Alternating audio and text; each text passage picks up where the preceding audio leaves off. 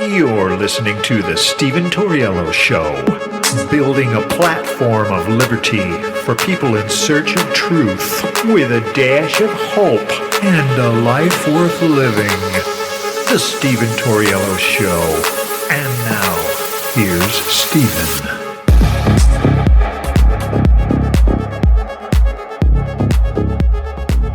What's up, ladies and gentlemen? Welcome to the show. As always, thank you for tuning in. And as always, we have a lot to get into. So while America's eyes are all focused in on this bogus election interference strategy, this complete abuse of our justice system in New York, the Biden administration is doing some pretty radical stuff.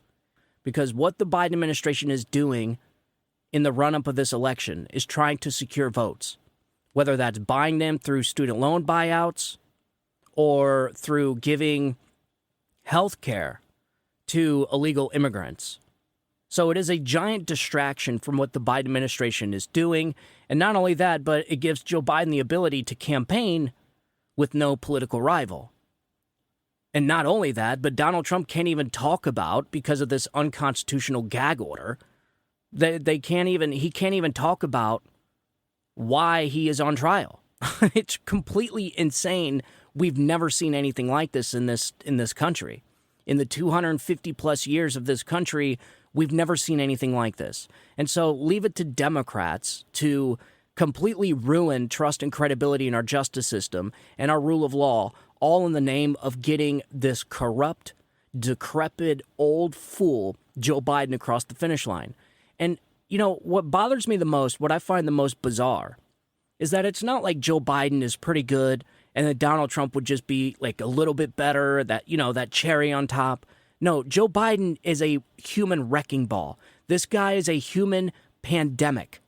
All right. It is awful that these people are ruining our justice system, ruining our election process, essentially destroying our democracy, just to get Joe Biden across the finish line so the rest of us have to deal with another 4 years of this? This is insane. That's the thing that bothers me the most. It's like, okay, you're like, I get it. They're trying to get their guy across the finish line. You know, they're desperate. But long gone are the days where Democrats argue on ideas, argue on issues. In fact, I haven't heard Joe Biden talk about one single issue. I'm serious. I haven't heard Joe Biden say anything about his accomplishments or his record. And when he does, it's a lie. Talking about when he came into the administration, inflation was at 9%. What? I mean, and everybody, these are provable lies. And where are the fact checkers? Nowhere. Like a fart in the wind. Gone. Poof. But the thing is, folks, is that Joe Biden is awful. And so the Democrats are so desperate that they're having to use the justice system in order to get this awful president across the finish line. And heaven forbid if it works. If it works, there's two things that are going to happen. Number one, you're going to watch the continuation of the destruction of this country. The pain and misery, the debt, the financial collapse, all of the stuff we've been watching for the last 3.5 years will continue. And number two, it will forever be set in stone. They'll be setting precedent that you can actually win elections by weaponizing a justice system against political candidates. It will officially turn this country into a banana republic. Irreversible damage will be done. Irreparable damage. And no longer can the United States of America lecture any third world country or any banana republic about how they conduct their elections, arresting their political opponents. None of it. They can't lecture anybody about any of it. In fact, they can't even do that right now. The entire world is watching what the Democrats are doing to our justice system. The entire world is watching this old, decrepit fool, Joe Biden, completely run roughshod over our country, over our rule of law, ignoring Supreme Court rulings. I mean, a real kind of dictator kind of stuff, real authoritarian kind of. I mean, we are walking into a realm that I never thought we would see in my lifetime. And it's all being done because Democrats are so desperate to keep Donald Trump from being elected. It is truly bizarre stuff. I've never seen it. This is a TDS, Trump derangement syndrome, is a real mental disorder. You've heard it here first. Trump derangement syndrome will go down officially as a medical disorder, as a mental disorder. There's no doubt about it. But anyways, I wanted to get into the lawfare part, but I also wanted to get into what America's being distracted from, which is Joe Biden and the Biden administration giving even more health care to illegal immigrants. Yes, that's right. We still have a crisis at the border that was all created, self-inflicted by the Biden administration, and being how the immigration crisis is one of the topics when it comes to this election. That is something else that's going to continue if Biden is reelected. So just know this. I want everybody knowing this, and for the lefties listening to my show, I know you're listening. If you want the continuation of the 3.5 years you have got, of the 3.5 years we've seen, then vote for Joe Biden, because it's going to be a continuation. If you like the crisis at the southern border, flooding the country with tens of millions of illegal immigrants, if you like your tax dollars going towards health care for illegal immigrants and education and food and all that, and the complete waste, fraud, and abuse of our tax dollars to Congress, to foreign wars and conflicts all over the world, then vote for Joe Biden. Okay, I think you're actually quite crazy if you think that what we're getting is good, and I don't think it's coming from any rational or reasonable place. But for the rest of the sane, rational people, you're going to have to get Joe Biden out of there. That is it. This is the most destructive presidential administration in U.S. history. Jimmy Carter doesn't hold a candle to the Biden administration. And so I want to go ahead and I want to break both of these things down. I want to start with that first. And I have some audio from Mike Johnson, who actually showed up at court today with Donald Trump and several other GOP members. Byron Donalds has showed up. There's been a lot over the last few days. And it's all I got to say is it's about damn time. So here is Mike Johnson at New York at the Trump trial. Here, check this out. Here are very important. Facts are always important in a trial, or at least they're supposed to be. The president's actions in this matter were previously reviewed and no charges were filed. Why is that? Because there's no crime here. Now, 8 years later, suddenly they've resurrected this thing. They brought it back. And why is that? Well, just apply common sense. Everyone can see. It's painfully obvious that we're now 6 months out from an election day. And that's the reason. That is the reason why they brought these charges here and across the country. What we've got here is a partisan Democrat district attorney. We have a Biden donor judge, and we have an assistant DA who was recently a top official at the Department of Justice, Biden's DOJ, and recently received over $10,000 in payments from the Democratic National Committee. The star witness here is Michael Cohen. I just listened to a few moments of his testimony this morning, and it is consistent with what he's already done. This is a man who is clearly on a mission for personal revenge and who is widely known as a witness who has trouble with the truth. He is someone who has a history of perjury and is well known for it. No one should believe a word he says today. He lied to Congress. He lied to the IRS. He lied to federal election officials. Even Cohen's own lawyer testified to a grand jury that he is not reliable. So there's nothing that he presents here that should be given any weight at all by a jury, and certainly not this judge. They have placed a ridiculous and unprecedented gag order on President Trump. They were overriding his constitutional right to defend himself from political smears from his harshest critics at the most important time. He is soon to be officially the nominee of one of the major parties in our country, running for president. And they have him tied up here in this ridiculous prosecution that is not about justice. It's all about politics, and everybody can see that. President Trump is leading in swing state polling. The American people see right through these politically motivated attacks. I've been in 102 cities in over half the states in the last few months. And I can tell you that no matter where we are around the country, I've been doing large events. People from all walks of life come to these events. And they are concerned about this. They are disgusted about this. They are fed up. They've had enough because they see what's happening. It's impossible for anybody to deny that looks at this objectively that the judicial system in our country has been weaponized against President Trump. The system is using all the tools at its disposal right now to punish one president and provide cover for another. Yep. And meanwhile, among the atrocities here, the judge's own daughter is making millions of dollars doing online fundraising for Democrats. They're using this trial as a hook. It's so corrupt. It's so corrupt, and everybody knows it. This is a year-long partisan witch hunt, years long. And it's been going on for quite some time. We're seeing the same thing in the classified documents case. That one is so egregious, the trial's been indefinitely postponed. I'm working with Chairman Jordan of the House Judiciary Committee, Chairman Comer of our Oversight Committee, on measures to rein in the abuses of Special Counsel Jack Smith. The latest revelation is that they've manipulated documents. They might have tampered with the evidence in the case, it seems, and that doesn't surprise any of us. In Congress, we have oversight responsibility, and it is our objective and our responsibility to hold them accountable.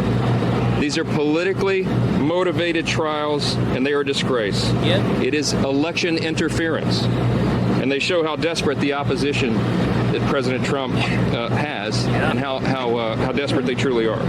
The American people are not going to let this stand. Election day cannot get here soon enough, and we will continue to shine a light on all of this in Congress because we have that constitutional responsibility.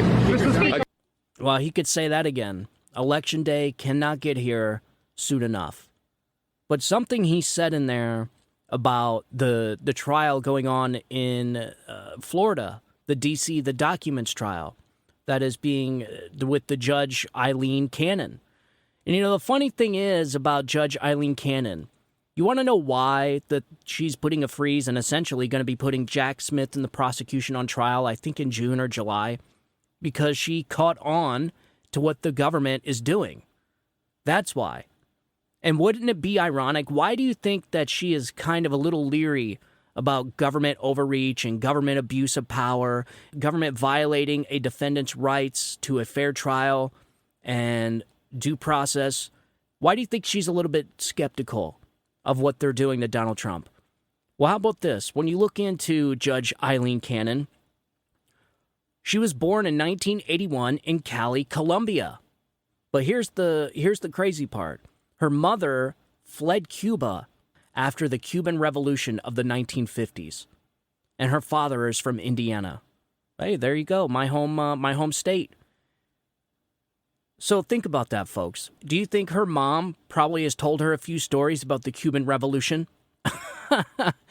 And do you think that maybe Judge Eileen Cannon probably can see exactly what is going on here with this out-of-control rogue government and how they're persecuting political opponents?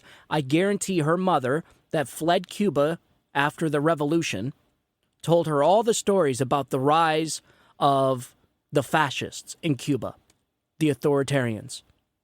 She sees exactly what the federal government is doing, trying to interfere in an election, using the law as a tool, weaponizing the justice system in order to interfere in an election. And so it's no surprise that she would put Jack Smith on trial in a couple months. I think she has a pretty good idea what fascism looks like, being how her mother fled Cuba after the revolution. So anyways, Mike Johnson's completely right on everything. Where the hell you been, dude? I mean, it's about time you've come out. I'm glad you've come out, but I think, we're going on a month now on this trial? But everybody can see this. That's the crazy thing to me. And Democrats don't even care. And the leftist Pravda media, they're trying to legitimize this. What is going on to Donald Trump should not be legitimized. And that's exactly what CNN's trying to do. That's exactly what all the left-wing Pravda media outlets are trying to do. This must not be codified in our law. We cannot have a justice system like this. And for the Democrats that think this is going to go back to normal after Donald Trump is dealt with, I guess, is that what you want to call it? That's the mindset we're dealing with. These people think everything's going to go back to normal.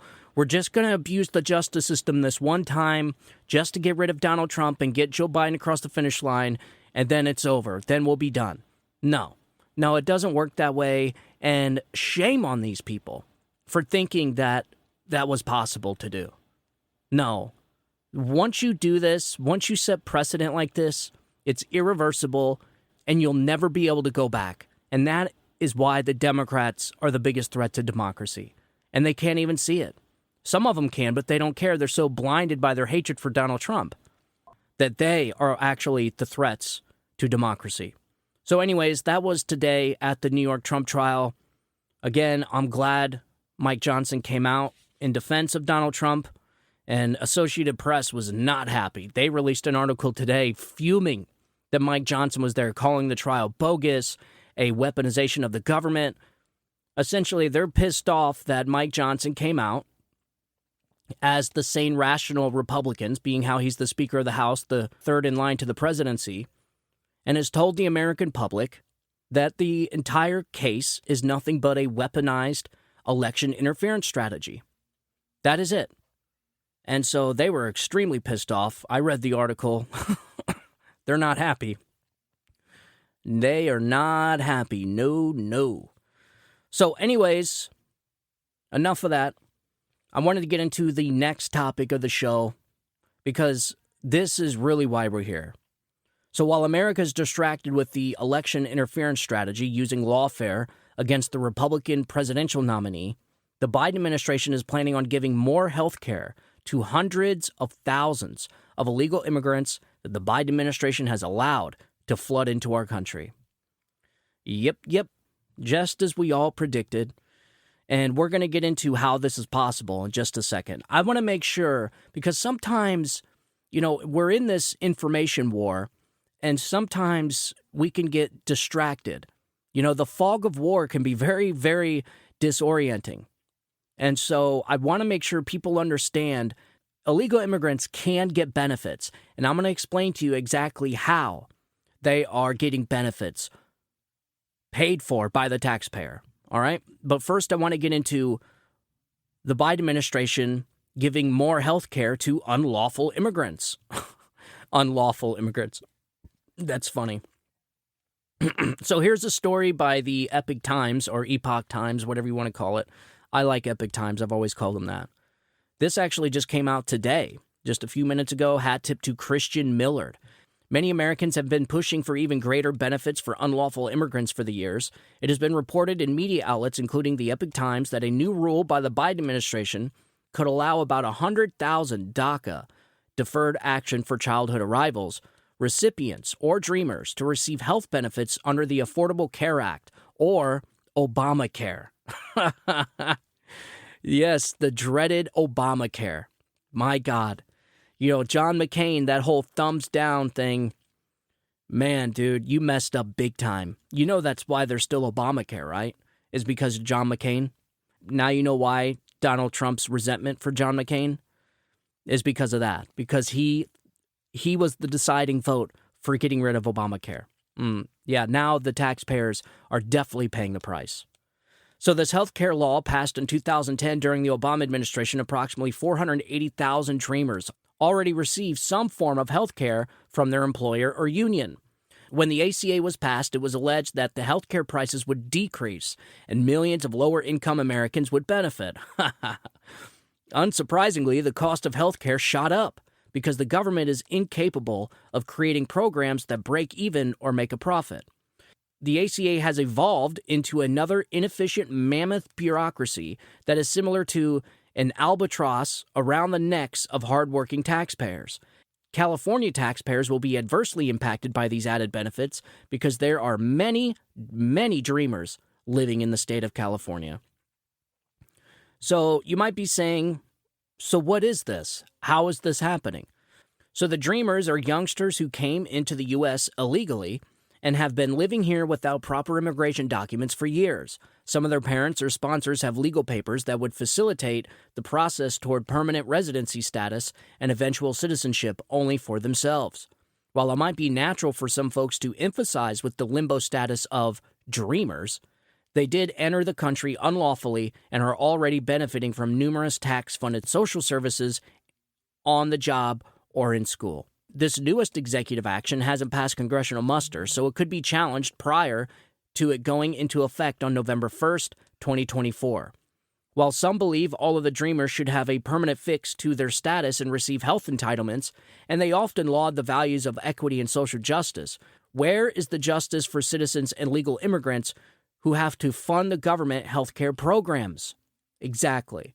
This is what so many people are pissed off about right now, is how is it all this money is going to foreign countries, is going to illegal immigrants, going to all these different things before it actually goes to the American people to benefit us, the citizens that actually pay for all this. It is lunacy. It really is. And this is why Donald Trump is looking so appealing and his poll numbers are going up. There was a time not so long ago when illegal immigrants or seasonal workers would come to America in order to work hard and not expect an array of benefits. Some would go back home and some would stay in the U.S. However, in recent years, unlawful immigrants are expecting and even demanding resources despite the fact that they have broken immigration laws. So where does this unearned entitlement mentality come from? Well, if unlawful immigrants hear that goodies have been offered to them, they will come in droves to America. It doesn't take a brain surgeon to figure this out. So instead of providing health care benefits to unlawful immigrants, taxpayer dollars ought to be spent on the needs of citizens and legal immigrants who play by the rules and understand that any entitlements must be earned. Indeed, Americans contribute to Medicare and Social Security with their taxed income. For the past few years, Californians have been struggling under the weight of persistent inflation, housing costs, the overall cost of living, and the problems of crime and homelessness. A large part of the problem is generated by government debt and deficit spending on inefficient social programs instead of infrastructure needs and law enforcement. Why should hardworking Americans be coerced into subsidizing the lifestyle of lawless immigrants who disrespect ordered liberty and sovereign borders? All of this nonsense could stop if existing immigration laws were enforced. Asylum cases would be rigorously vetted for legitimacy. The Stay in Mexico policy could be enforced so that potential immigrants would adhere to a legal process. Chain migration would be reduced and lawful immigration process would be streamlined. Yada, yada, yada, yada. So there you go. So it's DACA. So Obamacare. So illegal immigrants will be receiving Obamacare. That pesky, pesky Obamacare. And it's not just Obamacare, and it's not just health care. Illegal immigrants do receive government benefits. This is taxpayer benefits, something that me and you pay for. They do receive benefits, and I'm going to explain to you exactly how. First, let's go over what are some benefits that illegals would get. They're very limited due to legal restrictions. However, there are some benefit services they might still access, either directly or indirectly, typically those deemed essential or necessary for public welfare. And here's how this works. So they'll get emergency medical care. Under the federal law, specifically the Emergency Medical Treatment and Active Labor Act, hospitals that receive Medicare funding are required to provide emergency medical care to all individuals regardless of their immigration status. So like emergency rooms. There you go. There's your health care. The emergency rooms can treat anything.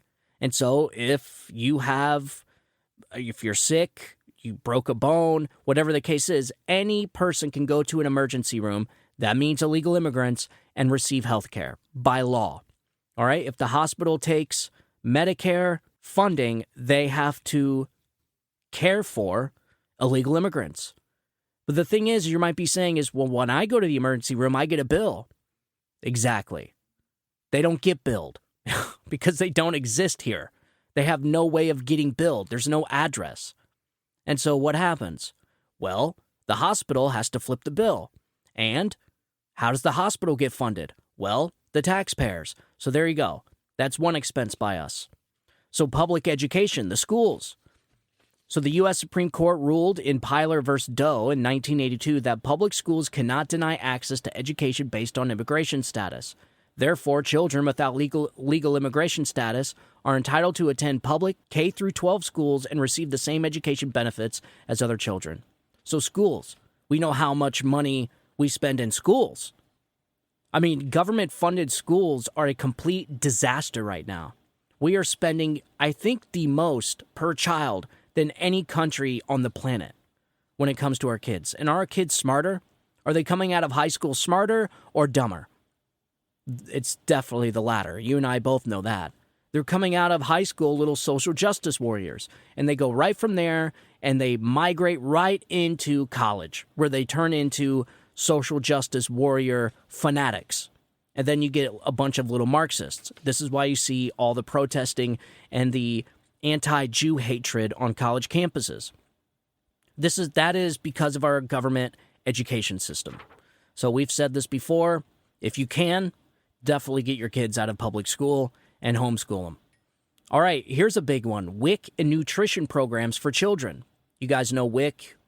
Actually, me and my wife received WIC when we had our first child. When we had our first kid, we received WIC because I think I was working at Walmart. I was the only one working. She was pregnant. We were 20 years old at the time. So, we are the definition of a WIC recipient, of what a WIC recipient should be. We used it just long enough to I got a better job, and I got up on our feet. I think it was a year maybe we used it, maybe not even that. And then we got off of it because I know it's only supposed to be there for cases just like me and my wife. But just like everything else the government touches, it's waste, fraud, and abuse. It's a program that sucks in billions of dollars, and the public gets almost no benefit out of it. Hardly. I mean, yes, I benefited from it, but so are illegal immigrants. So the WIC and nutrition program for children, this program is available regardless of immigration status because it aims to protect child health and development. There you go. So next one, immunizations and treatment of communicable diseases. Health clinics and public health services often provide immunizations and treatments for communicable diseases free of charge to prevent the spread of disease, which benefits the community at large. Well, what's even crazier is these illegal immigrants. You guys remember when we were being forced and coerced to take the COVID vaccine? Not them. So they let all these illegal immigrants unvaccinated with who knows what diseases into our country. So this one I actually agree with. And it's the one they don't actually do. It's crazy, man. It's so crazy. But here's the big one. Disaster relief. So unauthorized immigrants may receive short-term, non-cash emergency aid provided by the Federal Emergency Management Agency, FEMA, following disasters. This aid is intended to assist with basic needs and is not considered a public charge. Some state and local benefits. These last three are the big ones, and I'm going to explain to you why in just a second. Some state and local benefits. Depending on the state or local jurisdiction, there may be additional benefits available to all residents, including those without legal immigration status. For example, some states offer state-funded health programs or allow access to state-funded higher education benefits, like in-state tuition rates. And the last one, but not least, this one's the biggest one and the one we're going to be talking about. Charitable organizations and community clinics. Many non-governmental organizations and community clinics offer services such as food, legal, health, and educational assistance that do not require users to disclose their immigration status. That's the big one, folks. The non-government organizations, the NGOs. And you might be saying, yeah, but they're NGOs, right? I mean, how are we paying the NGOs? That's non-government. Non-government organizations shouldn't be getting government funding, right? Oh, come on. You know as well as I do that's not the case. So I got an article here from Fox News. This is back in August of 2023. DHS, Department of Homeland Security, announces $77 million more in funding to NGOs, communities hit by migrant surge.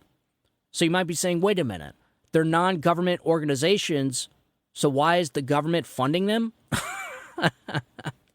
This is the loophole, folks. This is exactly what is fueling the migrant crisis in our country. This is where the prepaid debit cards are coming from. This is where the housing is coming from. This is where the money is coming from. $77 million more.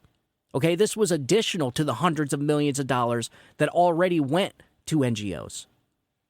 So let me get into this. This is actually from August of 2023. The Department of Homeland Security this week announced an additional $77 million in funding for non-governmental organizations and communities at the border and elsewhere that are dealing with the ramifications of the migrant crisis now in its third year. DHS announced that the funding, which comes through the Federal Emergency Management Agency, FEMA, you guys remember that, will be made available to 53 recipients for temporary shelter and other eligible costs associated with the migrants awaiting the outcome of their immigration proceedings.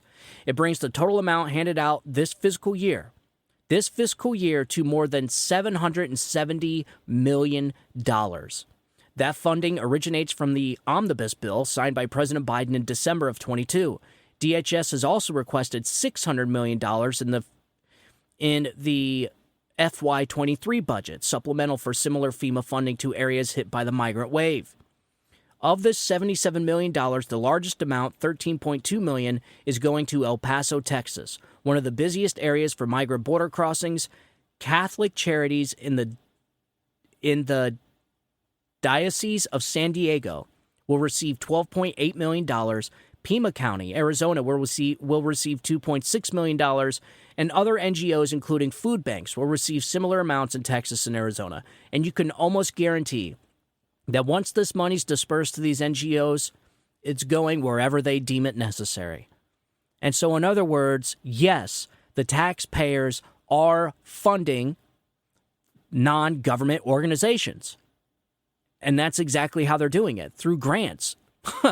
Through Department of Homeland Security and FEMA. All they're doing is declaring it an emergency, and boom, there you go, FEMA gets involved. It's one gigantic scam on the American taxpayer. So meanwhile, deeper into the interior, New York City's Office of Management and Budget will receive $2.2 million. There, Mayor Eric Adams has called for more funding and a federal emergency declaration over a number of migrants the sanctuary city has received, which has left officials overwhelmed and led to scenes of migrants camped out on the streets. Chicago's getting $2.2 million, Washington, D.C. $1.1 million, Philadelphia $912,000, Atlanta $1.2 million, and Denver $392,000 are among the non-border cities receiving funding from the new tranche. DHS also said it has expanded a cap on hotels and airfare to 10% of the total funding awarded. However, it said that the cap can be waived due to, quote, operational need.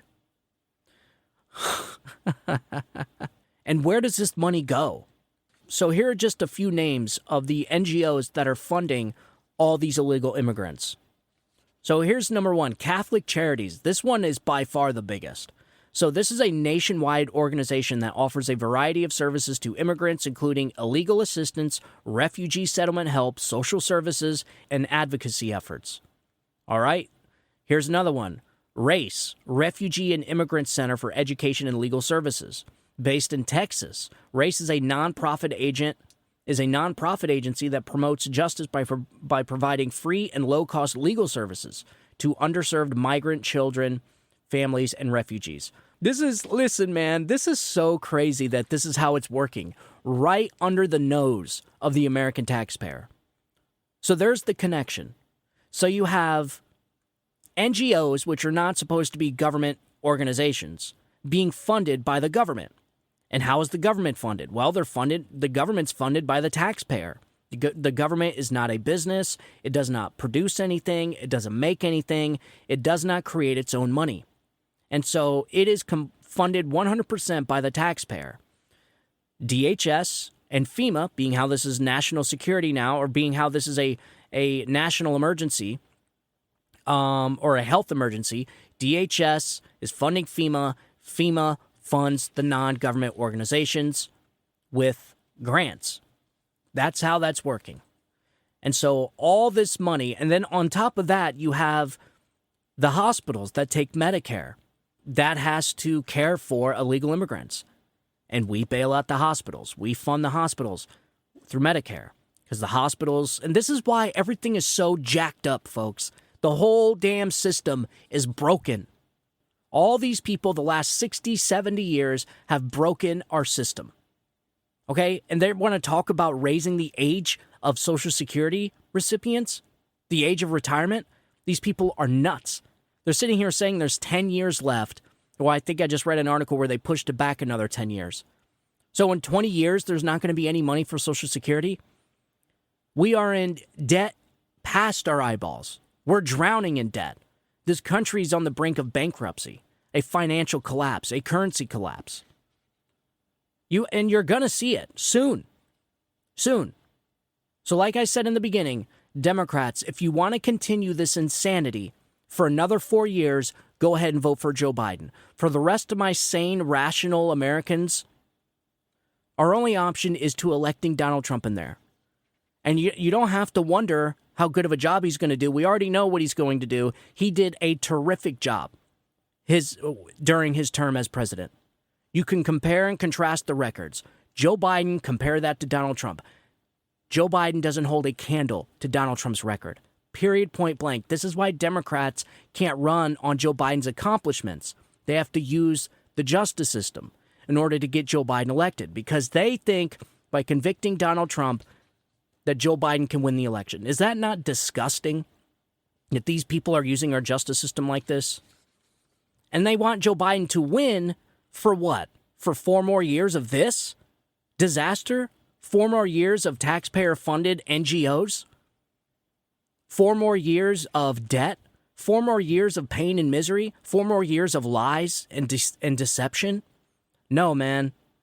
We must elect Donald Trump. I'm sorry if you don't like Donald Trump, you're not a big fan. But there is one thing that I can almost guarantee you, is that the guy will fix this. Okay? The reason why he can fix it is because he's not part of the system. Okay? He's not a politician. He's not a career politician. Yes, he was president. That technically makes him a politician.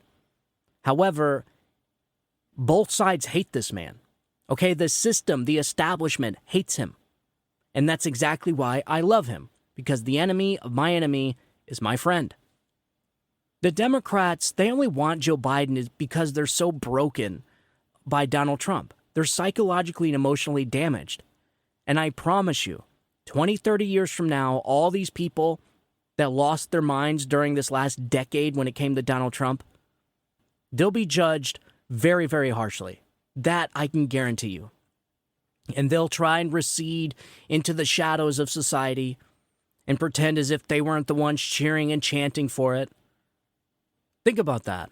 You have Democrats cheering for the weaponization of our justice system to interfere in an election. I actually had a conversation. I'm going through this big battle on Facebook right now with this page called, I forget what it's called, but they claim to be liberals. And this is why we should not let Democrats we should not let leftists hijack the name liberals. They think they're actually legit liberals, right? Okay, first of all, liberals do not support mass government censorship. I'm just going to go ahead and throw that out there. All right? And that's exactly what these people support. They don't want the right speaking up. They want the government to be able to censor any dissenting opinions. Period. If it goes against the grain, if it's not their approved narrative, they want the government to censor them. All right? That's not liberal.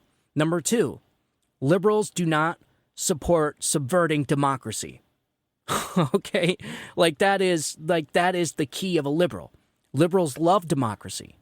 And so if you're sitting here cheering and chanting for this weaponization in order to subvert democracy, to subvert the will of the people, all right, then, you're not a liberal. Just to throw that out there. So, but we allowed these people, and in fact, some cases, not me, we actually called these people liberals. They're not liberals, all right? They are leftists. They are Marxists.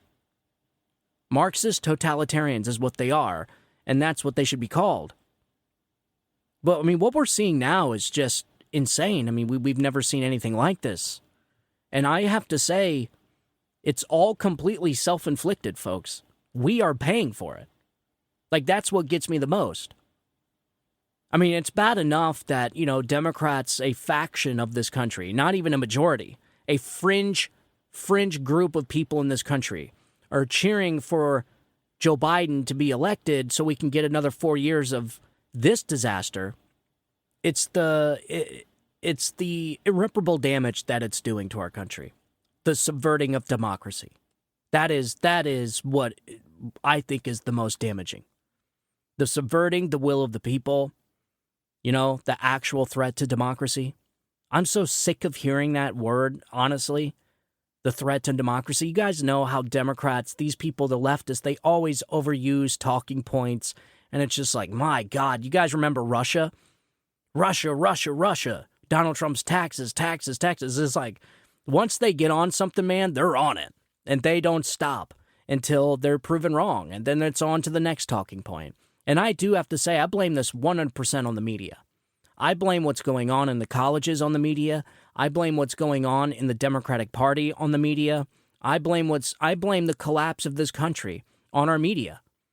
Because the framers were very, very adamant about having freedom of the press.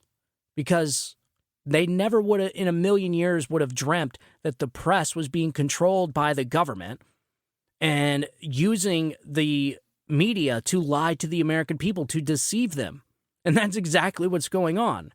And so now you get to see what happens when the freedom of the press is used against the American people, is used to subvert democracy, because that's exactly what we're watching. The press and the federal government are one and the same entity. They have this symbiotic relationship. And now it's essentially a revolving door. People that leave government go into the media, people that are media go into the government. It's just this one gigantic incestuous relationship between the media and the government. And what happens when that government media entity has an agenda? Well, you're seeing it right now. They're working together in order to get Joe Biden across the finish line because they don't suffer, folks, like we do. All right? Joe and Mika and the people in the federal government, the people getting kickbacks, the people making millions of dollars in politics, the people like Judge Merchan's daughter that's making millions of dollars raising money on this trial of Trump, they don't suffer like we do from a Biden administration. They don't care how much gas costs. They don't care how much groceries cost. And so the Democrat Party has become the party of the rich ruling class elites. They have become the party of the so-called experts, the college educated, and they don't even care. I am under the impression that they don't even care. They know they have become the party of the rich ruling class elite, the corporate globalists, and they don't even care. Because, last I checked when I was a Democrat, we were the exact opposite. We hated the rich ruling class elites, the globalists. We were anti-corporate elites. But now the Democratic Party is now the party for the rich ruling class. And it's the Republican Party that has managed to create this massive tent where everybody's invited. Everybody's invited. It's a lot of fun happening in this tent. Whether you're a Democrat, whether you're a liberal, whether you are politically homeless like I was, the working class, the middle class, the small business owners, the truckers, the soldiers, the nurses, just go down the list. That is the Republican Party tent. How they managed to do it, it was all Donald Trump. Donald Trump created this new Republican Party, this America First Republican Party. He opened people's eyes. He unveiled the rich ruling class elites. He unveiled their corrupt system that they created. He pulled the curtain back on the corrupt club. The club me and you were never invited to. And if we happened to make it in that club, if we went against the grain or we didn't do exactly as they told us, they would give us the Trump treatment. Because that's exactly what they're doing to Trump. Trump was never part of that club. And they don't want him. He went in there and crashed their party. They never would have, in a million years, thought Donald Trump would have won the 2016 election. And they want payback. Donald Trump ruined their club, and now they want revenge. But looking into the polls, I do have to say, Donald Trump is dominating across the board. And when you add RFK into the mix, it's even worse for Joe Biden. Honestly, I don't know Joe Biden's approval rating is the lowest in polling history. There has never been a president polling lower than Joe Biden. And if you really want a feeling, if you want a pretty good picture of where Joe Biden's at, you have to look at the disapproval rating. I mean, you can look at the other stuff, but you really want to keep an eye on the disapproval rating because that is a good indicator of how people are feeling about Joe Biden, whether they're voting for him or not. You know, they disapprove of his job, then that's not very good. He's in like the low 40s, high 30s, lowest ever in polling history.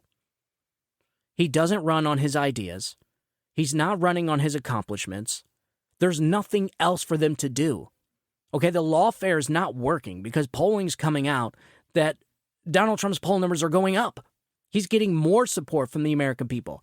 Every single time they indict him, every single time a trial takes place, every single day, Donald Trump's poll numbers go up and up and up. The American people are rejecting this wholeheartedly, all over the country, and rightfully so. The sane, rational people know and understand that weaponizing the justice system like this is A, completely un-American, and B, extremely damaging to our country. And it makes us look like some type of third world banana republic. The American citizen does not want to be compared to Brazil. They don't want to be compared to Zimbabwe, all right? Like, they don't want to be a third world banana republic. They're proud Americans. They're proud to be here. Okay, and so they know that this is extremely damaging to our justice system. I mean, how is anybody going to trust a court in New York City? How? When they just watched the system run roughshod over the rule of law, a judge that donated to Joe Biden's campaign, his daughter making millions of dollars off of this trial. People see this, and Democrats, they don't care. The leftists, anyways, they don't care. And so, listen, something I was looking into, in New York City, there's this thing called a writ of prohibition. And so for my listeners that are living in New York City, this is something you can do. I want to leave you off with some action, something that you can do in New York City. Nobody else can do it. You have to be in New York.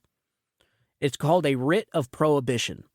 All right? A writ of prohibition is a judicial order that commands a lower court or a government official to stop doing something that exceeds their jurisdiction or authority. And you might be saying, well, how are they exceeding their jurisdiction or authority? Because they're interfering in the people's right to vote. Okay, they're violating people's civil rights. By persecuting Donald Trump during an election year, 6 months away from an election, trying to purposely influence the election by using lawfare, they are violating people's civil rights. That's what people need to be petitioning. Is this court, this judge is violating my civil rights to vote against Donald Trump or to vote for Donald Trump, and I want it to stop. And you can do that with a writ of prohibition. All right? In the context of New York City, as with the rest of New York State and other jurisdictions, a writ of prohibition is used to prevent an inferior court from continuing with a judicial proceeding that is outside of its prescribed jurisdiction or contrary to the law. The primary function of the writ is to address issues where a lower court may be acting or is about to act outside of its jurisdiction. This could be due to the court handling a matter it has no legal authority to address or it making significant procedural errors that affect its jurisdictional capabilities. It's important to note that a writ of prohibition is not used for correcting mere procedural errors or wrong decisions within the jurisdiction of the court. Instead, it's specifically about preventing actions that go beyond what the law allows. This is immediate relief, by the way. So the writ provides immediate relief by stopping proceedings until the issue of jurisdiction can be properly reviewed. It's essentially a higher court steps in. So if you get enough people to sign this petition, you take that petition to a higher court. The higher court steps in and says, hey, the citizens of New York say enough is enough. We have to step in immediately. And you can do this in New York, all right? People can do this. You got to get motivated. They are violating your civil rights by persecuting their political opponent and interfering in our elections, because that's what they're doing. They're interfering in our federal elections. And I've been saying this for months, but here we are 6 months until our elections, and they're trying to interfere by prosecuting Joe Biden's political rival. It's just so disgusting. So here's how a resident of New York could persuade a higher court to conduct a writ of prohibition. So to persuade a higher court in New York to issue a writ of prohibition, a resident, or more typically their legal representative, so a lawyer. If I have any lawyers in New York listening, listen up. I know you probably already know this, but I think it's important for New York residents to know this too. You can step up and do something here. All right, you would need to take several well-defined steps. These include demonstrating that the lower court is acting outside of its jurisdiction or legal authority, and proving that there is no other adequate remedy available. The resident would need to prepare a formal petition for a writ of prohibition. This petition should include a detailed statement of the facts of the case, the legal grounds for the court's alleged overreach, and the specific reasons why a writ of prohibition is necessary. There you go. Public pressure. The American people run their cities. The power is within the people. This is a country for the people, by the people. And everything is done when there's pressure by the people. And so if the people of New York State step up and say, hey, enough is enough, if these courts, the higher courts, get enough pressure, then they may step in and do something. Other than that, there's really nothing else they can do because it's just going to have to get turned over on appeal. And they know it's going to get turned over because you can't have a judge this corrupted, this conflicted. His daughter, you can't have all the stuff that they have going on in this court, the refusal to recuse himself and all that. It's going to get appealed, but it's going to be years from now. You know what I mean? It's going to be well after the election. And so it's like, this is their plan. They want this to happen. All this was timed perfectly. And so to go back to Mike Johnson, listen, buddy, I hope, I pray, and I hope that you got something up your sleeve in there. Because, I mean, you completely stabbed your constituents in the back with all these siding with Democrats on these bills. And we're not very happy with you, buddy. But you can redeem yourself if you stop this interference in our elections. The American people will have none of it. And the biggest question I got to ask the people on the left, the people cheering for this, what if it works? What if Joe Biden wins and he won because Donald Trump was a convicted felon at the time of the election? Like, where's this country after that? Have Democrats thought that far? No, because they never do. They never ask the question, and then what? So say you're successful in getting Joe Biden across the finish line. Not only is it another 4 years of hell for this country and the American people, but where do we go after that? What kind of country are we going to be? I mean, how are we going to lecture other democracies about democracy when a political party just used the justice system to win an election? I mean, that's what's going on. So I got to ask, people cheering for this, have you really thought this through? Is this how you want our elections to be conducted from here on out? Do you think this is really going to stop if you're successful? What you're doing to this country is destroying it. It's completely eviscerating our rule of law and the trust and credibility millions and millions and millions of people have in that rule of law. All in the name of what? Getting this awful president another term to destroy our country even more? It doesn't make sense, man. It is so... One must be completely psychologically and emotionally broken if this is what they truly want for this country.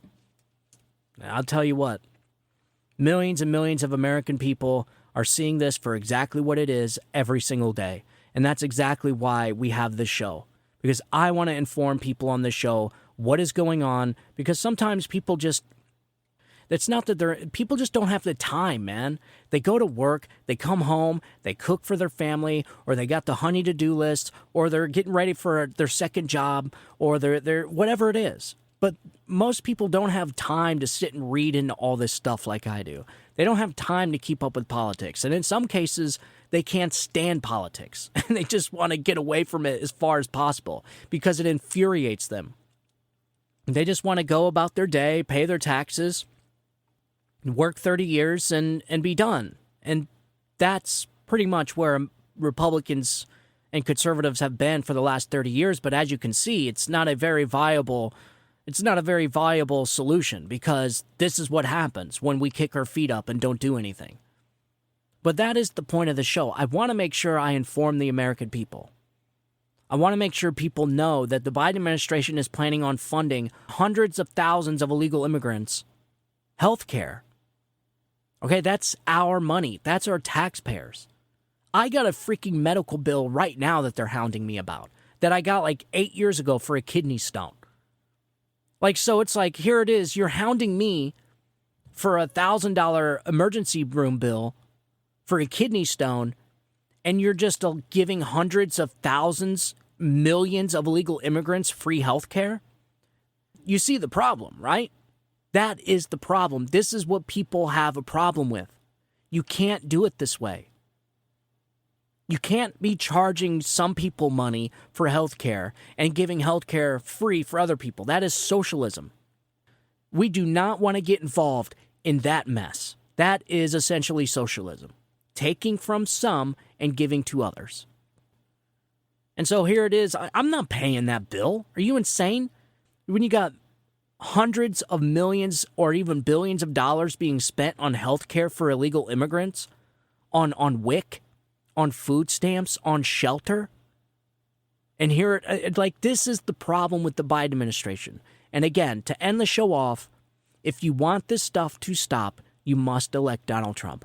I know it's not the decision some people didn't. I know it's not the decision some people wanted, but it is what it is, and this is what we got to do. We must save our country. We have to get our country back from these corrupt, very, very corrupt people. Very destructive people. They are ruining this place. And the only way out is by electing Donald Trump. That's it. And then after 4 years, because he's not going to be able to fix it in 4 years. This is generational damage that these people have done to this country. But it'll be a pretty good start. He will put us in the right direction. And then the American people can go from there. But I would hate to see what this country looks like if Democrats are able to sway elections using lawfare in blue states. It's insane. Like, I hate to see what this country's going to look like in 4 years if Biden gets elected. All right, ladies and gentlemen, that is all for now. I hope I explained what the Biden administration is doing while America's distracted as far as giving hundreds of thousands of DACA recipients free health care. And I hope I explained to my audience how it's possible for illegal immigrants to receive benefits, taxpayer-funded benefits. And it's all through these NGOs. All right, Catholic Charities, RACE, the National Immigration Law Center, American Immigration Council, Doctors Without Borders, the International Rescue Committee, United We Dream. Those are the top NGOs that are getting funding from the American taxpayer by the DHS and FEMA. That is what is fueling all of this chaos. That is why they continue to come, because they're continuing to give free stuff. And it's all being funded by the taxpayer. DHS does not create goods or services. It doesn't create money. It doesn't create prosperity. It gets it from the taxpayer. Same thing with FEMA. Same thing with the entire United States government.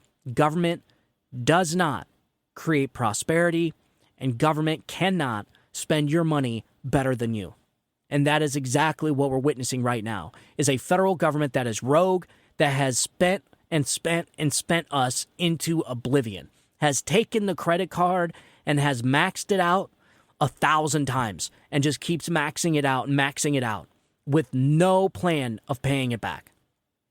In fact, we're at a point now to where we're getting $1 trillion in debt every 100 days. We'll be at a point to where all the GDP that we make, which means all the money collected from the American people across the entire country, won't even be enough to cover the interest on our debt. This is where we're at. It's out of control.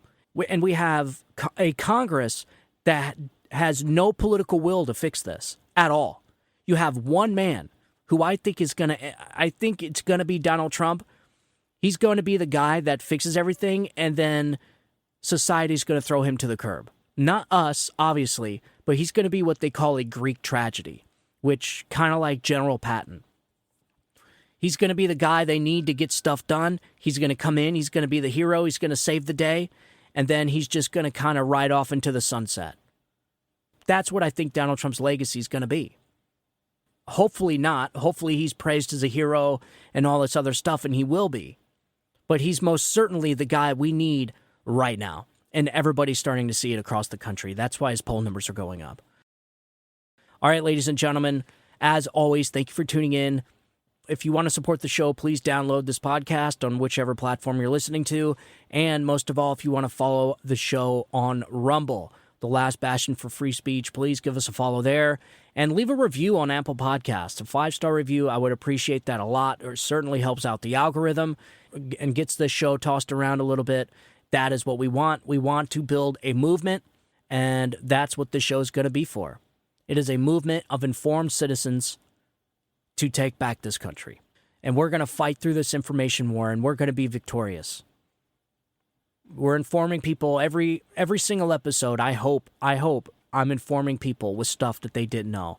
I want to give value to you. I want to give value to my listeners. I want to give value to my audience because that's what you deserve. And I try my best to do it.